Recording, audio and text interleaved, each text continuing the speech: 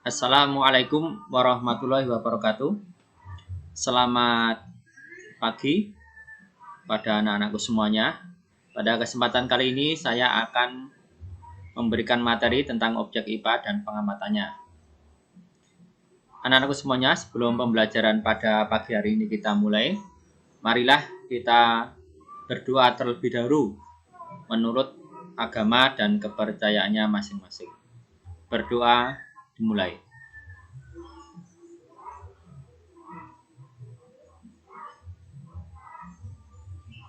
Ya, cukup.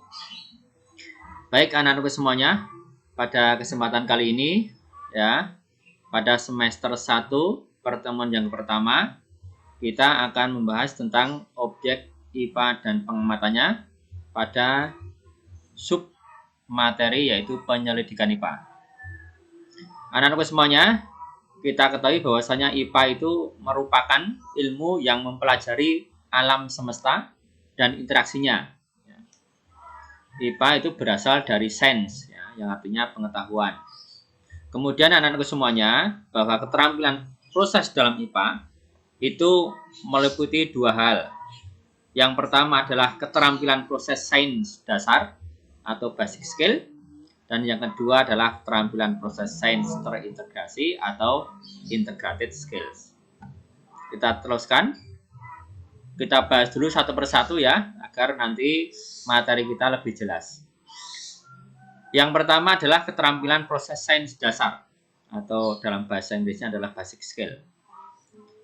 Yaitu yang pertama adalah keterampilan mengamati.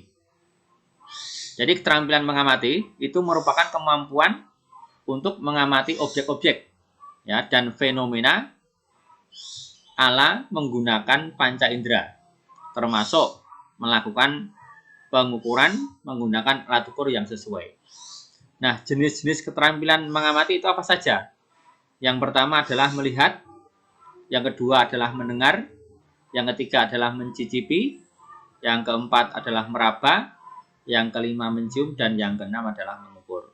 Itu ya, sekali lagi tolong diingat, yang pertama adalah melihat, yang kedua mendengar, yang ketiga adalah mencicipi, yang keempat adalah meraba, yang kelima mencium, dan yang keenam adalah mengukur. Yang kedua adalah keterampilan mengelompokkan ya, atau mengklasifikasi. Nah, keterampilan mengklasifikasi itu apa? Itu adalah merupakan keterampilan untuk mengelompokkan suatu objek dengan mengamati persamaan dan perbedaan ciri yang dimiliki serta hubungan antar objek. Nah, yang ketiga adalah keterampilan memprediksi. Nah, kemampuan memprediksi itu merupakan kemampuan untuk membuat ramalan tentang segala hal yang akan terjadi pada waktu yang akan datang. Nah, berdasarkan perkiraan pada pola, kecenderungan tertentu, atau hubungan antar fakta, konsep, dan prinsip dalam ilmu pengetahuan. Nah, jika hasil prediksi itu memerlukan pengujian, maka akan dihasilkannya suatu dugaan sementara atau disebut dengan hipotesis. Kita teruskan yang keempat. Keterampilan menyimpulkan. Ya, bisa kita sebut dengan membuat inferensi. Nah, keterampilan menyimpulkan itu dapat diartikan sebagai suatu keterampilan untuk memutuskan keadaan suatu objek atau peristiwa berdasarkan fakta serta konsep dan prinsip yang diketahui. Inferensi merupakan pernyataan logis yang dibuat berdasarkan fakta, hasil pengamatan, atau informasi yang tersedia. Dan yang kelima, yaitu keterampilan mengomunikasikan. Ya, keterampilan mengomunikasikan. Keterampilan mengomunikasikan itu merupakan kemampuan untuk menyampaikan fakta serta konsep dan prinsip ilmu pengetahuan dalam bentuk bisa audio, ya, bisa visual ataupun audio visual. Nah, penyampaian informasi dalam ilmu pengetahuan itu dapat disajikan dalam bentuk ya, kata-kata yang ditulis atau diucapkan, atau dapat pula dalam bentuk grafik, bagan, peta, lambang-lambang, diagram, persamaan matematik, dan demonstrasi visual. Data dapat disajikan dalam berbagai bentuk. Akan tetapi, ada 3 bentuk penyajian data yang sering digunakan. Yang pertama adalah bentuk tabel. Ya, jadi data-data itu nanti disajikan atau dibentuk dalam tabel. Yang kedua bisa bentuk diagram batang. Ya. Yang ketiga bisa juga berbentuk diagram garis. Baik, untuk berikutnya sekarang sikap ilmiah. Kalau tadi yang pertama itu adalah sudah kita bahas ya, yaitu tentang keterampilan proses dalam IPA. Yang kedua kita bahas tentang sikap ilmiah. Sikap ilmiah itu harus dimiliki ilmuwan, ya, atau akademisi yang menghadapi persoalan-persoalan ilmiah. Nah, sikap ilmiah itu perlu dibiasakan dalam forum ilmiah. Suatu penelitian akan berhasil, ya, apabila didukung oleh sikap ilmiah. Nah, sikap ilmiah yang harus dimiliki oleh para ilmuwan itu apa saja? Ternyata ada banyak sekali. Ya, ada 11. Ya, sikap yang harus dimiliki oleh ilmuwan. Yang pertama adalah mampu membedakan opini dan fakta. Ya, mampu membedakan opini dan fakta. Opini itu adalah pendapat atau bisa pikiran, ya, atau pendirian. Ya. Kalau kita lihat dari situs Kementerian Pendidikan dan Kebudayaan seperti itu. Ya.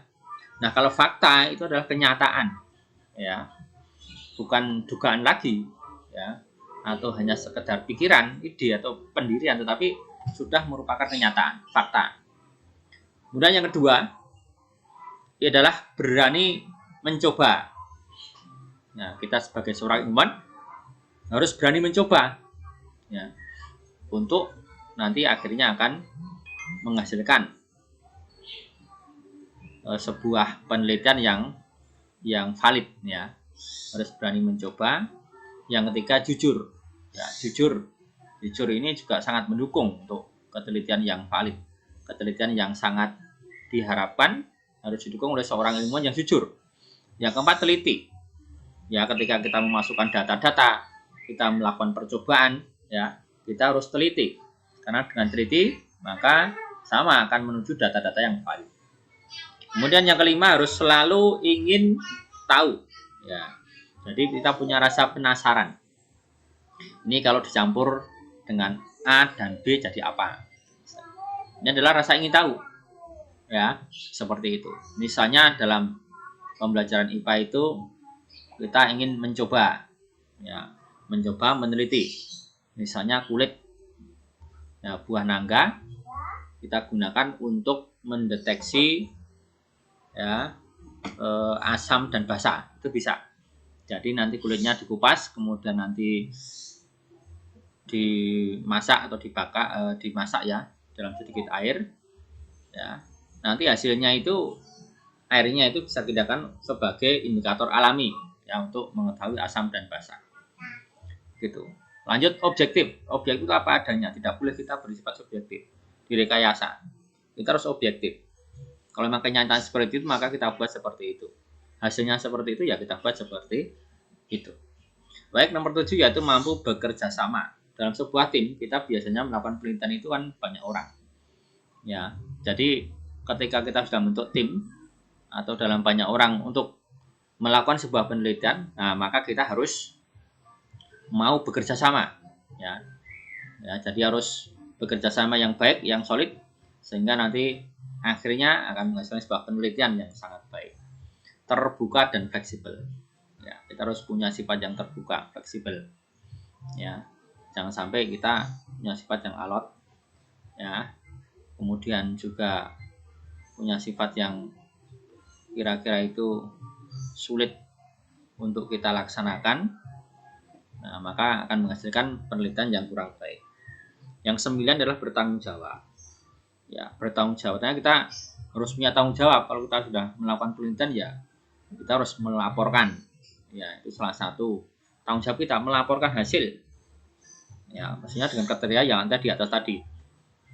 Ya, melaporkan hasil, ya, yang sudah dikerjakan dengan jujur, teliti, ya, gitu. Kemudian yang berikutnya adalah ulet dan gigih. Kita harus punya kemampuan, punya semangat, ya, dalam melakukan praktek. Sehingga apa? Sehingga nanti kita akan mengerti ya bahwasanya kerja keras kita ini juga akan menghasilkan sebuah hasil yang sangat diharapkan ya oleh seluruh masyarakat Indonesia, terusnya sifatnya ulet dan gigih. Jadi semangat, hanya kelintah-kelintih, males-malesan, sehingga kelintahnya nanti akan berhenti di tengah jalan. Terus punya semangat itu agar tidak berhenti di tengah jalan dan membuahkan hasil yang sangat baik. Berikutnya lagi adalah mensyukuri karunia Tuhan. Apa yang sudah kita teliti, kita lihat, kita harus syukuri ya. Karena dengan bersyukur itu ya kita bisa ya nanti akan memberikan dorongan-dorongan semangat kita. Ternyata memang alam itu sangat luas. Tuhan telah memberikan kepada kita beberapa hal yang dapat kita teliti dan dapat kita gunakan. Hasil sebuah penelitian pun terkadang banyak sekali yang bisa digunakan. Misalnya dalam sebuah tumbuh-tumbuhan diteliti, ada yang bisa digunakan untuk jamu, ya, untuk obat A, obat B, obat penyakit A, penyakit B, dan seterusnya. Itulah beberapa hal yang dapat kami sampaikan dalam pertemuan yang pertama kali ini. Semoga apa yang saya sampaikan ini dapat memberikan manfaat bagi kita semuanya. Dan kita bertemu dengan pertemuan yang kedua ya. Pertemuan yang kedua yang akan datang yaitu di kegiatan berikutnya ya. Pengukuran sebagai bagian dari pengamatan. Baik anak-anakku semuanya, selamat belajar. Saya doakan semuanya tetap sehat ya dan diberikan semangat yang luar biasa untuk melakukan penelitian-penelitian. Jadilah seorang ilmuwan, seorang peneliti yang mempunyai sikap ilmiah seperti ini ya, ada 11 tadi. Sekian dari saya, ada kurang lebihnya mohon maaf. Kalau ada kesalahan itu memang dari diri saya sendiri, dan itu memang kalau ada benarnya itu dari Allah Subhanahu wa taala. Baik, untuk berikutnya ya ada beberapa sedikit tugas ya, sebelum saya tutup untuk anak-anak semuanya. Silakan anak-anak meneliti ya. Meneliti dengan sikap ilmiah. Ya, dengan sikap ilmiah di sini coba Anda teliti ya. Anda teliti di rumah yaitu dengan biji kacang hijau. Ya, coba anak-anak taruh biji kacang hijau di kapas ya. Di kapas ya, kapasnya dikasih air ya. Kemudian kapas dan biji ditaruh di cawan. Ya, cawan boleh atau wadah yang kecil boleh. Kemudian yang pertama, biji yang untuk wadah pertama yaitu Anda taruh di tempat yang gelap. Kemudian yang kedua, cawan yang kedua sama ada kapas dan biji, juga dikasih air kapasnya. Anak-anak taruh di tempat yang terang. Nah, sekali lagi yang pertama ditaruh di tempat yang gelap dan yang kedua adalah ditaruh di tempat yang terang. Kemudian setelah anak-anak menaruh biji kacang hijau itu, tolong ya nanti biji kacang hijaunya diamati dari hari pertama sampai dengan hari ke-7. Anda catat ya perkembangannya dan juga Anda catat tingginya. Ya, kalau sudah bisa diukur dengan alat ukur penggaris misalnya, ya silahkan nanti diukur ya dari hari pertama. Misalnya sudah ada ketinggian 1 cm ya kita tulis, oh ini yang di tempat terang misalnya sudah ada 1 cm misalnya, yang gelap belum ditulis. Ya, kalau sudah ada 2 cm ya ditulis ya. Tolong diadakan penelitian dari hari pertama sampai dengan hari ke-7 ya, dengan apa yang sudah saya sampaikan tadi. Ya, nanti jika ada permasalahan, anak-anak nanti bisa menghubungi saya, dan harapan saya ini adalah salah satu penelitian. Tolong diteliti dengan sikap ilmiah, ya, dengan jujur, dengan teliti, ya, dengan objektif, ya, terbuka dan tanggung jawab. Tolong laporannya nanti bisa dikirimkan ke saya. Ya, laporannya ditulis di dalam buku gelatik. Ya, anak-anak semuanya, gitu. Kemudian setelah nanti melakukan penelitian, coba sedikit merenung apa yang bisa Anda renungkan ya, sehingga kita bisa mensyukuri karunia Tuhan yang Maha Esa. Sekian dari saya ya, semoga ada manfaatnya. Billahi taufik wal hidayah. Wassalamualaikum warahmatullahi